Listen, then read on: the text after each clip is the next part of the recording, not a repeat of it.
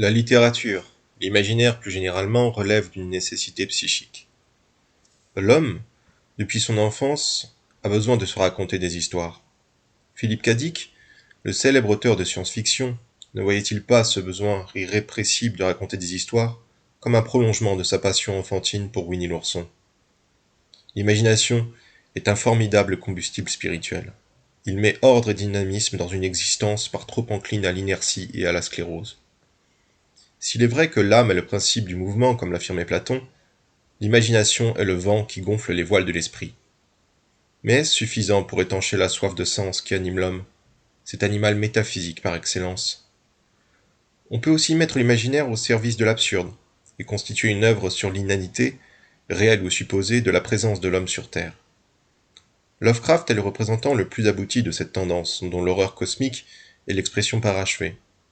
Lovecraft, d'une certaine manière, fait écho à cette célèbre phrase de Pascal. Le silence éternel des espaces infinis m'effraie. Sauf qu'à la différence de Pascal, il ne trouvera pas de réconfort dans la foi chrétienne qu'il a répudiée depuis l'enfance. Le cosmos, loin d'être le fruit d'une création divine, se suffit à lui-même, ne trouve sa justification dans aucune instance transcendante.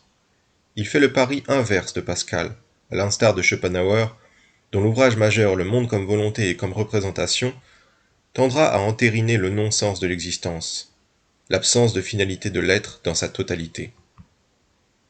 Cette citation, « La vie de l'homme n'est qu'une lutte pour l'existence avec la certitude d'être vaincu », exprime avec éloquence ce point de vue, et aurait pu tout aussi bien être signée par le reclus de Providence.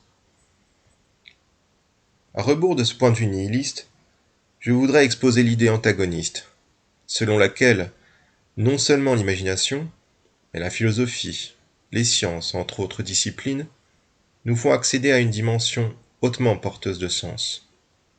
En somme, nous n'avons pas été jetés sans remède dans le grand flot de la vie. S'il n'est pas certain que le monde soit toujours cohérent, qu'il y a ici ou là des parts d'absurde, de hasard, des trous noirs, un principe d'incertitude irréductible, et autres mystères insolubles, qui résistent à l'intelligence humaine qui lui livre des assauts acharnés, l'esprit humain n'est pas sans ressources pour autant. Nous vivons une époque de fragmentation de la connaissance, de spécialisation à outrance, et c'est bien normal compte tenu de la complexité des domaines étudiés par les diverses branches du savoir. J'ai lu dernièrement le livre tout récent écrit par Étienne Klein, intitulé Court-circuit.